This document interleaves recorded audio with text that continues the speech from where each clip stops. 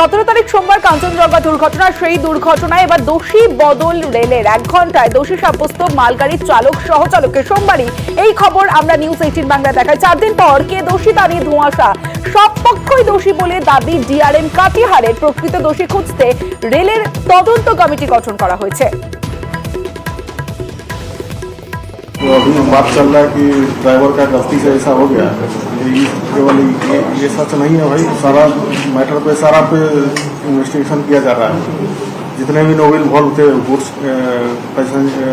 Driver हो, मतलब pilot हो या गार्ड हो, स्टेशन मैनेजर हो, या फिर जो बीच में रोड क्रॉसिंग गेट पढ़ने वाले लोग हैं, जो उनको साथ में काम करने वाले हैं, जलपाईगुड़ी में जो लोग हैं, सबका स्टेटमेंट रिकॉर्ड हो रहा है। अभी सारे एंगल से देखा जा रहा है कि किसका किसे गलती हो सकता है। अभी सब लोग आरोपी है। बुलाने का मतलब है कि सबको अपना सफाई में या जो इंसिडेंट हुआ उसके बारे में किसी को क्या बोलना है उसके लिए बुलाया जा रहा है।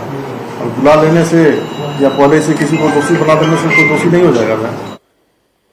সরাসরি চলে যাব, আবির ঘোষাল রয়েছে আমার সঙ্গে। আবিরের সঙ্গে কথা বলবো। আবির, বাহানাগার দুর্ঘটনার সময় আমরা দেখেছিলাম যে ঘটনা ঘটে, তদন্ত শুরু হয়, কিন্তু আসল ঘটনা সামনে আসে না।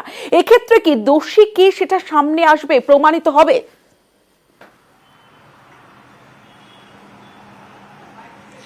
দেখো, প্রথমত হচ্ছে যত সময় গড়াচ্ছে, যত নথি সামনে আসতে শুরু করেছে, তত সমন্বয়ের অভাব যে নিজেদের মধ্যে ভীষণ রকমভাবে প্রকট সেটা উঠে আসছে।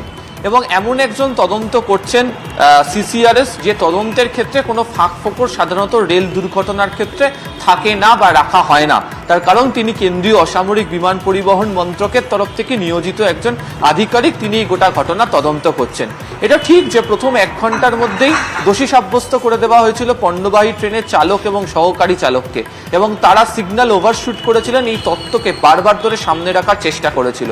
কিন্তু আজকে যখন নথি এবং রেল যে অবজারভেশন ঘটনাস্থল থেকে বা কি কারণে দুর্ঘটনা ঘটেছিল যে রিপোর্ট তৈরি করেছিল, সেই রিপোর্ট যখন সিসিআরএস এর কাছে জমা পড়ছে, তখন দেখতে পাওয়া যাচ্ছে যে স্টেশন মাস্টারেরও ভুল রয়েছে। যেভাবে ট্রেন চালিয়ে নিয়ে যাওয়ার জন্য অনুমতি কাঞ্চনজঙ্ঘার চালক, সহকারী চালক এবং মালগাড়ির চালক, সহকারী চালককে দেওয়া হয়েছিল, সেখানেই একটা সমস্যা, সেখানেই একটা গাফিলতির বিষয় সামনে আসছে। ফলে যখন গোটা ঘটনার ক্ষেত্রে একাধিক বিষয় জড়িত থাকে, একাধিক তথ্য প্রমাণ সম্বলিত হয়ে দুর্ঘটনার রিপোর্ট পেশ করা হয়, তখন সেক্ষেত্রে দাঁড়িয়ে কি করে বলে দেওয়া হয়েছিল যে মালগাড়ির চালক এবং সহকারী চালকই দোষী। ফলে সমন্বয়ের অভাব যতটা প্রকট হতে শুরু করেছে, রেলের অভ্যন্তরেও এই প্রশ্ন উঠছে যে কেন আগে থেকে তারা একজনকে দোষী সাব্যস্ত করলেন। অতীতে আমরা দেখেছিলাম যে কতগুলি এই ধরনের বড় বড় রেল দুর্ঘটনা ঘটেছিল, সেক্ষেত্রে সিআরএস বা সিসিআরএস এর যে রিপোর্ট সেটাই ইঙ্গিত করেছিল এবং তারা প্রকৃত দুর্ঘটনার কারণ তারা জানিয়েছিল।